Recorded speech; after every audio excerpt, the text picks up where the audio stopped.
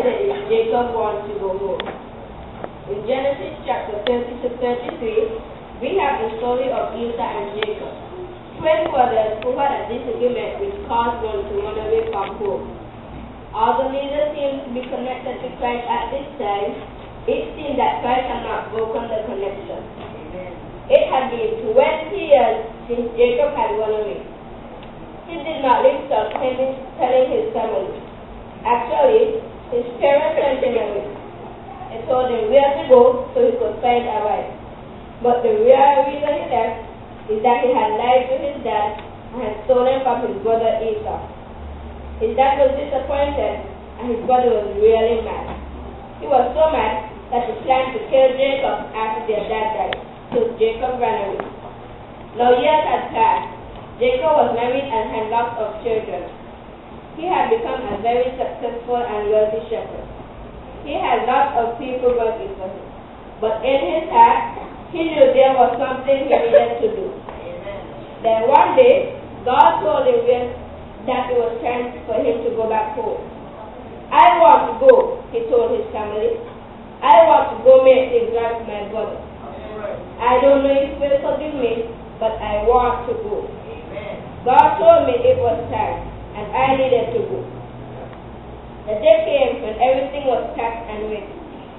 Jacob was not going by himself, and he was not just going for a visit. He and his family were moving back to where he had been raised. But he was worried. How would Esau take the news? When he got closer home, Jacob sent messengers to tell Esau he was coming home to say he was sorry and to ask to be forgiven. Soon the messengers came back. Your brother is coming to meet you, and he's bringing 400 men with him. This was not good news. Now Jacob was really worried. He prayed all night. He pleaded God to save him and his family. The next day, he sent one of his workers with a present for Esau: 200 female goats and 20 male goats. Then he sent a second worker with another present: 200 ewes and 20 rams. Then he sent a third man with a third present: 30 male camels, each one with a colt. Then he sent a fourth man with a fourth present: 40 cows and 10 bulls. Then he sent a fifth worker with a fifth present: 20 female donkeys and 10 baby donkeys. When he met Esau, he told each one, tell him these are from your servant Jacob. Again, he prayed all night. Somewhere between the time he left home and now Jacob had become connected to Christ. The next day, he saw Esau coming, and he still had 400 men with him. Jacob was afraid. Although he was connected to Christ, he did not know where Esau stood, and so he was afraid he would kill him and all of his family. Yet, he knew God had told him it was time to go back home. In his heart, he wanted to ask God for forgiveness. He would be brave. He walked up ahead of everyone and bowed down 7 times and waited.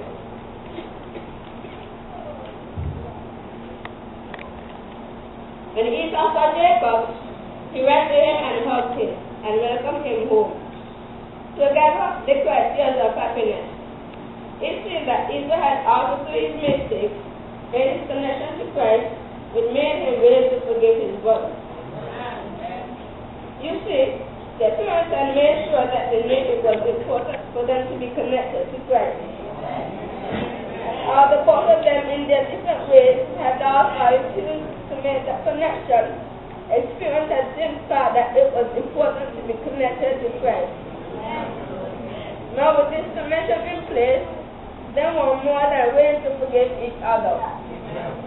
We should not have broken our connection with Christ. At night, Esau and Jacob need to forgive someone. I ask someone to forgive us. Why not make that decision that with Christ's help, you will take that step to make things right with that person or person with whom you have a good relationship. This will help you renew our strength and your connection with Christ. I want to be like Jacob. When God asked me to go,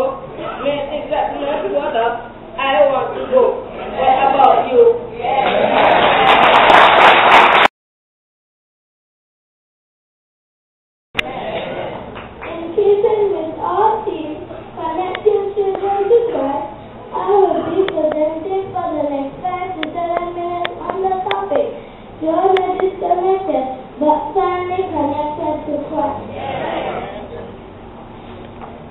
Boys and girls, brothers and sisters, fellow adventurers in the Beaver, it is my hope and prayer that at the end of this message, all of you will be truly connected to Christ.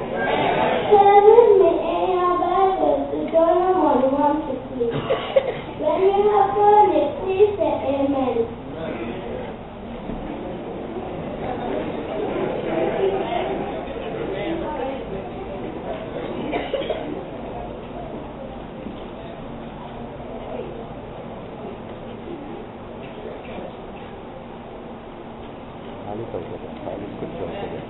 Jonah 1:1-3.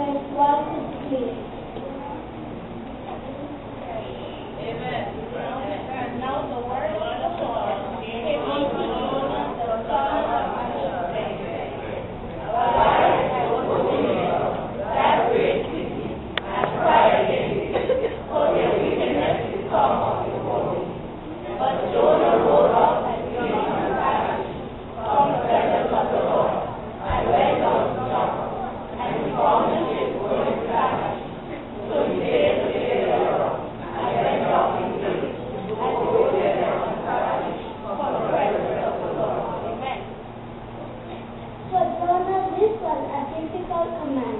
Jonah did not want to go to Nineveh. The people of Nineveh were evil, wicked, and sinful. Jonah did not want to have anything to do with them. But God had said to Jonah, "Go, if Jonah was connected to Jesus, he would not have to stop, wonder, or debate whether to go." Dear adventurers in the Beaver, when you and I are connected to Jesus, we will obey no matter what. God tells us that Jonah bought a ticket and got on a ship. Not a ship going to Nineveh, but a ship going in the other direction. The unfortunate thing is that Satan always leads in the opposite direction. Christ says, "Silence something." Satan says, "Take it."